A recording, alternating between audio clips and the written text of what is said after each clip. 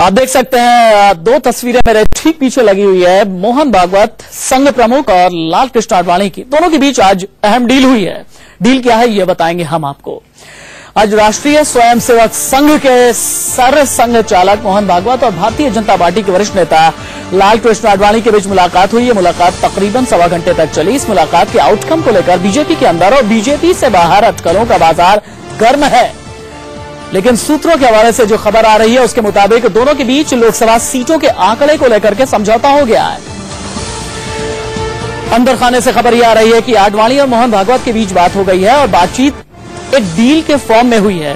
कहा यह गया है कि अगर 2014 के चुनाव में 200 से ज्यादा का आंकड़ा भारतीय जनता पार्टी लेकर के आती है तो नरेंद्र मोदी को कमान दी जाएगी प्रधानमंत्री के तौर पर, और अगर 200 से कम सीट आती है तो फिर लाल कृष्ण आडवाणी की चूंकि पूरी जो छवि है पिछले कुछ दिनों के घटनाक्रम में, पिछले लगभग 2 हफ्ते के घटनाक्रम में ऐसा बताया जा रहा है कि अब संघ को भी ये लगता है कि लाल कृष्ण आडवाणी की जो छवि है वो कुछ हद तक सेक्युलर होने की तरफ बढ़ चुकी है, और इसीलिए अगर 200 से कम सीटें आती हैं तो फिर लाल कृष्ण आडवाणी से ये कहा जाएगा कि आप अलायंस पार्टनर जो है बढ़ाएं, क्योंकि कई ऐसे अलायंस पार्टनर्स रहे हैं जिन्होंने पिछले 5 सालों में एनडीए का साथ छोड़ा है।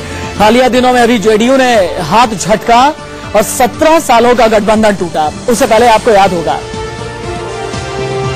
कि 2009 में भी किस तरह से बीजेडी ने भी हाथ झटका था और पीछे हो गई थी, और इस तरीके से अभी ये कहा गया है, आडवाणी को यह भरोसा दिया गया है कि अगर 2014 में 200 से कम सीटें आती हैं तो फिर आपको मौका दिया जाएगा, क्योंकि आपको प्रोजेक्ट करके हम अपने अलायंस पार्टनर्स को बढ़ाना चाहेंगे, और न से बढ़ाना चाहेंगे बल्कि 272 का जो जादुई आंकड़ा है, बहुमत का जो जादुई आंकड़ा है, उसे पाने की कोशिश करेंगे।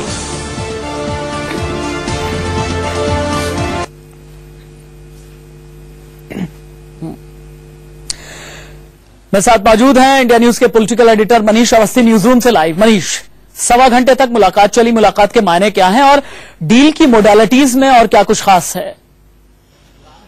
देखिए राशिद, जहां तक फिर एक बार सामने आ गया है कि बीजेपी पे अगर पूरा वर्चस्व और पूरा कंट्रोल किसी का है तो वो है संघ का, क्योंकि आडवाणी के दरवाजे पर, आडवाणी के दर पर तमाम बड़े नेता जा रहे थे, लेकिन आज आडवाणी संघ के दर पर पहुंचे तो इसके मायने ये समझने होंगे कि बीजेपी के भीतर भी क्या चल रहा है, बीजेपी के भीतर भी क्या हो रहा है, इस पर संघ की नजर ही नहीं पकड़ भी रहती है। जिसके मद्देनजर आडवाणी और भागवत की जो मुलाकात हुई है उसमें ये साफ कर दिया गया है कि आपकी जो छवि है वो पथ प्रदर्शक से अब ऊपर उठकर एक राष्ट्रवादी नेता की छवि है। इसके तहत अगर आप जो आंकड़ों की बात हम अभी कर रहे थे वो आंकड़े अगर बीजेपी को मिलते हैं तो उसमें आपको वो अपने सहयोगी जुटाने होंगे, जो कि आपकी एक सेकुलर छवि के तहत जो तमाम बयान अलग अलग दल के, राजनीतिक दल के, क्षेत्रीय दल के लोग दे रहे थे वो आपको लाने होंगे। और इसी बिसात पर मुझे ऐसा लगता है कि जो अंदर की खबर आ रही है, आडवाणी और भागवत के बीच की बातचीत खत्म हुई है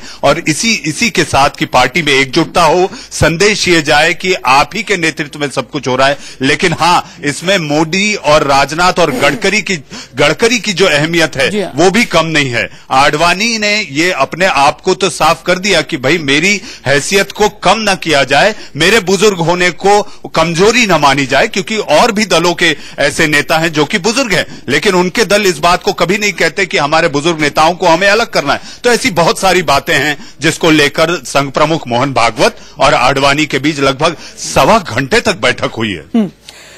संघ विचारक दिलीप देवधर भी हमारे साथ मौजूद हैं फोन लाइन पर। दिलीप देवधर जी, आपसे इंडिया न्यूज ये सवाल करना चाहेगा कि आज सवा घंटे तक लाल कृष्ण आडवाणी और मोहन भागवत की मुलाकात चली है। खबरें ऐसी आई हैं कि 200 से ज्यादा अगर 2014 में सीटें आती हैं तो फिर नरेंद्र मोदी को कमान दी जाएगी, 200 से कम आती है तो फिर आडवाणी को कमान दी जाएगी। इन खबरों में कितनी सच्चाई है?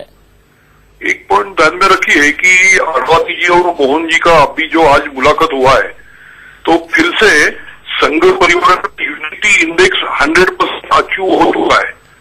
अगर बाहर के संख्या की अगर जरूरत पड़ती है तो आडवाणी जी ने आज अटल जी की इमेज प्राप्त की हुई है, तो अगर संख्या कम पड़ती है तो आडवाणी जी भाजपा का नेतृत्व करेंगे, में पंतप्रधान होने का चांस उनको निश्चित मिलेगा। और अगर पर्याप्त संख्या खड़ी होती है तो आडवाणी जी मार्गदर्शक का काम करेंगे, ये सच्चाई है। और एक पॉइंट और सामने क्लियरली आ गया कि नरेंद्र मोदी जी और आडवाणी जी इनमें 1% संघर्ष नहीं है। नरेंद्र मोदी जी अगर सीट बढ़ाते, ताकत बढ़ाते, राष्ट्रवादी शक्ति और ई गवर्नेंस का मॉडल करके भारत में उभर के आते तो आडवाणी जी को संतोष है, संघ परिवार को संतोष है। तो यूनिटी इंडेक्स 100% आज के मीटिंग में अचीव हो चुका है। संतोष का मतलब क्या मैं ये समझूं कि ये डील जो है उसे स्वीकार कर लिया है आडवाणी ने?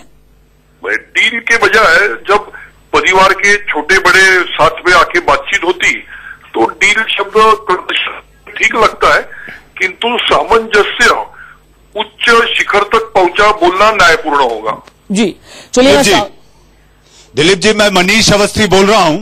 नमस्कार जी नमस्कार। मेरा आपसे सवाल है कि हिंदुत्व का मुद्दा कहां छिप गया?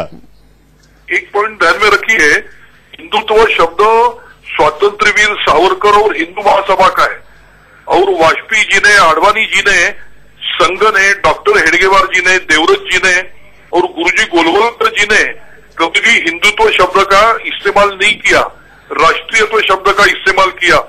तो संघ परिवार में कुछ सावरकर भक्त और हिंदू महासभावादी जो मंडली है वो हिंदुत्व शब्द चलाते। संघ नाम से ही राष्ट्रीयत्व की शक्ति है। तो इस समय आडवाणी जी ने तो फिर से ये पॉइंट सामने लाने का ट्राई किया हुआ है कि विश्व हिंदू परिषद स्वाभाविकतया हिंदुत्व का विश्व में काम करे। संघ भाजपा यह राष्ट्रीयत्ववादी शक्ति है। हमारा हिंदू राष्ट्र हमारा आत्मा है, हमारा नारा नहीं हो सकता। नहीं, लेकिन दिलीप जी, क्या ये माना जाए कि बीजेपी राम मंदिर और हिंदुत्व के मुद्दे से अलग हटकर काम करेगी और केवल विकास की बात करेगी? ये संघ को समझाने की कोशिश की है आडवाणी ने। आडवाणी जी हमेशा और वाजपेयी जी हमेशा बतलाते रहते हैं, इसमें वाजपेयी जी ज्यादा सक्सेसफुल होते थे कि रिलीजन मामले में बीजेपी ने नहीं आना चाहिए। और रथ यात्रा में भी आडवाणी जी आए थे।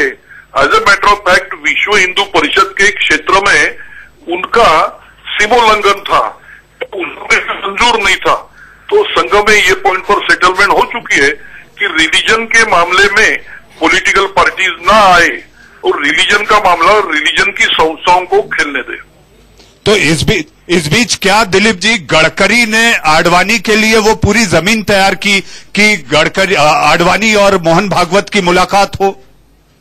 एक मिनट, एक पॉइंट हमने ध्यान में रखना चाहिए कि नितिन जी गडकरी की प्रेसिडेंट करके पहली टर्म यशस्वी हुई, सेकंड टर्म नहीं मिली, ये सच्चाई है। और वो जो कुछ हुआ जिसकी वजह से गडकरी जी का मैच्योरिटी लेवल बहुत बढ़ गया है, उनको दिल्ली की रियलिटी ध्यान में आ चुकी है। तो नितिन गडकरी तो एक डेवलपमेंटल फोर्स है, सेक्युलर फोर्स है, नरेंद्र भाई जैसा। तो इस समय नितिन गडकरी जी का जो रोल है वो यूनिटी इंडेक्स 100% करने का प्रयास है। और नितिन जी यंग लीडर होने की वजह से सेकंड टर्म ना मिलने की वजह से जो कटुता आना स्वाभाविक है, उसके ऊपर उठकर यूनिटी इंडेक्स अचीव करने का और सेतु बांधने का यशस्वी काम कर रहे हैं, ये बोलना पड़ेगा। जी, तो ये मान लिया जाए कि अब आडवाणी की नाराजगी संघ से दूर हो गई, बीजेपी के नेताओं से दूर हो गई और अब संदेश और संकेत साफ चला गया है। 99% हाँ, 1% आडवाणी जी का दुख है कि पूरे भारत में बुजुर्ग लोगों की जो पोजीशन है वो संघ परिवार में आप मेरे को आइसोलेट क्यों करते हो, और मोहन जी ने हम आपका पूरा सम्मान करते हैं बोलने के बाद में अब यानी काफी मामला स्मूथ हो चुका है।